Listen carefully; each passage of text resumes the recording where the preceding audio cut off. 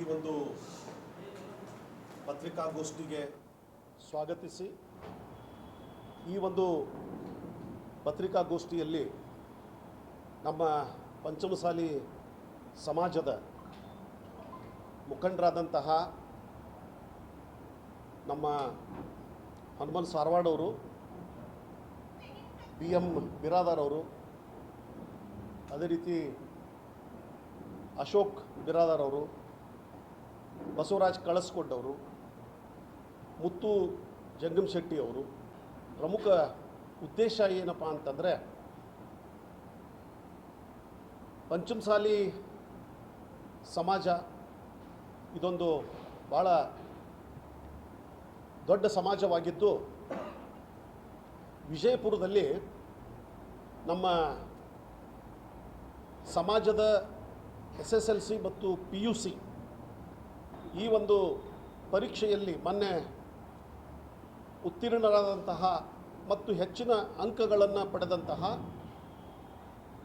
ವಿದ್ಯಾರ್ಥಿಗಳಿಗೆ ಒಂದು ಸನ್ಮಾನವನ್ನು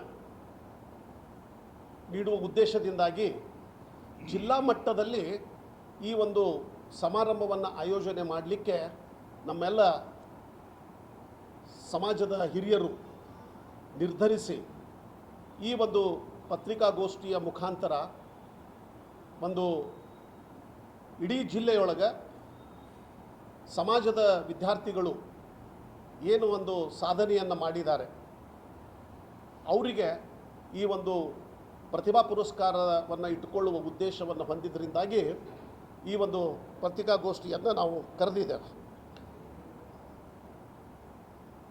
ಈ ಒಂದು ಸಮಾಜದ ಒಂದು ವಿದ್ಯಾರ್ಥಿಗಳಿಗೆ ಜಿಲ್ಲಾ ಮಟ್ಟದೊಳಗೆ ಇಲ್ಲಿವರೆಗೂ ಯಾವುದೇ ಒಂದು ಇಂತಹ ಪ್ರತಿಭಾ ಪುರಸ್ಕಾರದ ಕಾರ್ಯಕ್ರಮಗಳು ನಡೆದಿರಲಿಲ್ಲ. ಅಲ್ಲಲ್ಲೇ ಅಂದರೆ ಸಣ್ಣ ಸಣ್ಣ ಕಾರ್ಯಕ್ರಮಗಳನ್ನು ಸಂಯೋಜನೆ ಮಾಡಿ ಅಲ್ಲೇ ಪುರಸ್ಕಾರವನ್ನು ಕೊಡಲಾಗ್ತಾ ಇತ್ತು. ಆದರೆ ಈಗ ಮೊಟ್ಟ ಮೊದಲನೇ ಬಾರಿಗೆ ನಾವೇನು ಮಾಡಿದ್ದೀವಿ ಅಂತಂದರೆ, ಇಡೀ ಒಂದು ಜಿಲ್ಲೆಯೊಳಗೆ ಏನು ನಮ್ಮ ಮಕ್ಕಳ ಸಾಧನೆಯನ್ನು ಮಾಡಿದ್ದಾರೆ ಅವರಿಗೆ ಈ ಒಂದು ಪ್ರತಿಭಾ ಪುರಸ್ಕಾರವನ್ನು ಆಯೋಜನೆಯನ್ನು ಮಾಡಿದ್ದೀವಿ. ಮತ್ತು ಇಲ್ಲಿವರೆಗೂ ಸಮಾಜದ ಏನು ಬಾಂಧವರು ಒಂದೇ ವೇದಿಕೆ ಅಥವಾ ಒಂದೇ ಸೂರಿನಡಿಯಲ್ಲಿ ಬರ್ತಕ್ಕಂತಹ ಒಂದು ಪ್ರಯತ್ನವೂ ಕೂಡ ಆಗಿಲ್ಲ. ಅದಕ್ಕೆ ಈ ಕಾರ್ಯಕ್ರಮದ ಅಡಿಯೊಳಗೆ ಸುಮಾರು 4,000 ರಿಂದ 5,000 ಸಮಾಜದ ಬಾಂಧವರನ್ನು ಅವರಿಗೆ ಆಹ್ವಾನಿಸಿ ಅಂತಹ ಒಂದು ದೊಡ್ಡ ಒಂದು ಸಭೆಯಲ್ಲಿ ಮಕ್ಕಳಿಗೆ ಗುರುತಿಸ್ತಕ್ಕಂತಹ ಕೆಲಸವನ್ನು ನಾವು ಮಾಡ್ತಾ ಇದ್ದೀವಿ. ಮತ್ತು ಇನ್ನೊಂದು ಬಹಳ ಮುಖ್ಯವಾಗಿ ಅಂತಂದರೆ, ಪಂಚಮಸಾಲಿ ಸಮಾಜ ಯಾವಾಗಲೂ ಕೃಷಿಯ ಅವಲಂಬಿತವಾದಂಥ ಸಮಾಜ. ನಮ್ಮಲ್ಲಿ ಬಡತನವೇ ಹೆಚ್ಚದ ಹೊರತಾಗಿ ಶ್ರೀಮಂತರನ್ನು ಗುರುತಿಸ್ತಕ್ಕಂಥದ್ದು ಈ ಸಮಾಜದೊಳಗೆ ಬಹಳ ವಿರಳ ಅಂತೇಳಿ ಹೇಳ್ಬೋದು. ನಾವು ಇರ್ಬೋದು, ಒಂದಿಷ್ಟು ವ್ಯಾಪಾರದೊಳಗೆ ತೊಡ್ಕೊಂಡಂಥವ್ರು ಇರ್ಬೋದು, ರಾಜಕಾರಣದೊಳಗಿದ್ದಂಥವ್ರು ಒಂದಿಷ್ಟು ಹೇಳ್ಬೋದು. ಆದರೆ 99% ಏನಿದೆಯಪ್ಪ ಅಂತಂದರೆ ಕೃಷಿ ಮೇಲೇ ಅವಲಂಬಿತವಾಗಿರುವುದರಿಂದ ಇದು ನಾವು ಹೆಚ್ಚು ಕಡಿಮೆ ಬಡತನದಲ್ಲಿ ಇರ್ತಕ್ಕಂಥವರೇ ಹೆಚ್ಚು. ಈ ಒಂದು ಪ್ರತಿಭಾವಂತ ವಿದ್ಯಾರ್ಥಿಗಳಿಗೆ ಒಂದು ಹೈಯರ್ ಎಜುಕೇಷನ್ಗೆ ಹೋಗಲಿಕ್ಕೆ ಇಲ್ಲಿ ಅನಾನುಕೂಲತೆಗಳೇ ಹೆಚ್ಚದಾವೆ. ಅದಕ್ಕೆ ಈ ಒಂದು ನಮ್ಮ ಒಂದು ಕಿತ್ತೂರಾಣಿ ಚೆನ್ನಮ್ಮ ವಿಜಯೋತ್ಸವ ಪಂಚಮಸಾಲಿ ಸಂಘದ ವತಿಯಿಂದ ಪ್ರತಿ ವರ್ಷವೂ ಮಕ್ಕಳಲ್ಲಿ ಒಂದು ಸ್ಫೂರ್ತಿಯನ್ನು ತುಂಬಬೇಕು ಮತ್ತು ಮಕ್ಕಳಿಗೆ ಒಂದು ಸ್ವಾಭಿಮಾನ, ಒಂದು ಸಮಾಜದ ಬಗ್ಗೆ ಅವ್ರಿಗೂ ಕೂಡ ಹೆಮ್ಮೆ, ಸ್ವಾಭಿಮಾನ ಬರಬೇಕು ಅಂತಕ್ಕಂಥ ಉದ್ದೇಶದಿಂದಾಗಿ ಈ ಒಂದು ಮತ್ತು ಅದರ ಜೊತೆಗೇ ಬಡ ವಿದ್ಯಾರ್ಥಿಗಳಿದ್ದರೆ ಅವರಿಗೆ ಸ್ಕಾಲರ್ಶಿಪ್ಪನ್ನು ಕೂಡ ಕೊಡ್ತಕ್ಕಂತಹ ಒಂದು ವ್ಯವಸ್ಥೆಯನ್ನು ಮಾಡಿಕೊಂಡ ಈ ಒಂದು ಏನು ಸಮಾರಂಭವನ್ನು ಯಾಕಂದರೆ ಆಯೋಜನೆಯನ್ನು ಮಾಡಲಾಗಿದೆ.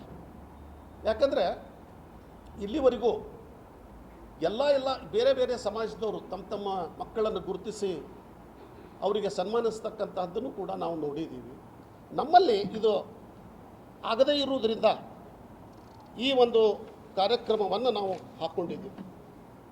ಮತ್ತು ಹೋದ ಡಿಸೆಂಬರ್ನಲ್ಲಿಯೂ ಕೂಡ ಒಂದು ಮೊದಲನೇ ಬಾರಿಗೆ ಕಿತ್ತೂರು ರಾಣಿ ಚೆನ್ನಮ್ಮಳ ವಿಜಯೋತ್ಸವ ಆಚರಣೆ ಇದನ್ನು ಸರ್ಕಾರದ ವತಿಯಿಂದ ಮಾಡಿದಾಗ ಭಾಳ ನಿರಸ ಪ್ರತಿಕ್ರಿಯೆ ನಮ್ಮ ಸಮಾಜದವ್ರದ್ದು ಇರ್ತಿತ್ತು.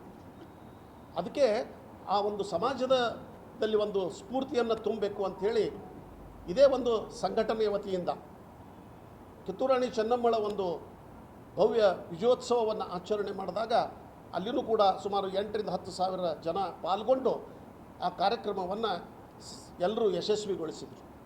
ಹೀಗಾಗಿ ಅಂದರೆ ಸಮಾಜದೊಳಗೆ ಸಾಕಷ್ಟು ಸಾಧಕರಿದ್ದಾರೆ, ಅವರನ್ನು ಗುರುತಿಸ್ತಕ್ಕಂಥ ಕೆಲಸ ನಡೀತಾ ಇಲ್ಲ.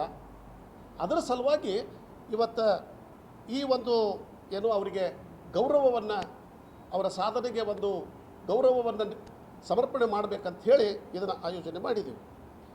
ಮತ್ತು ಇಲ್ಲಿವರೆಗೂ ನಾವು ಮುಖ್ಯವಾಗಿ ಅಂತಂದರೆ SSLCಯಲ್ಲಿ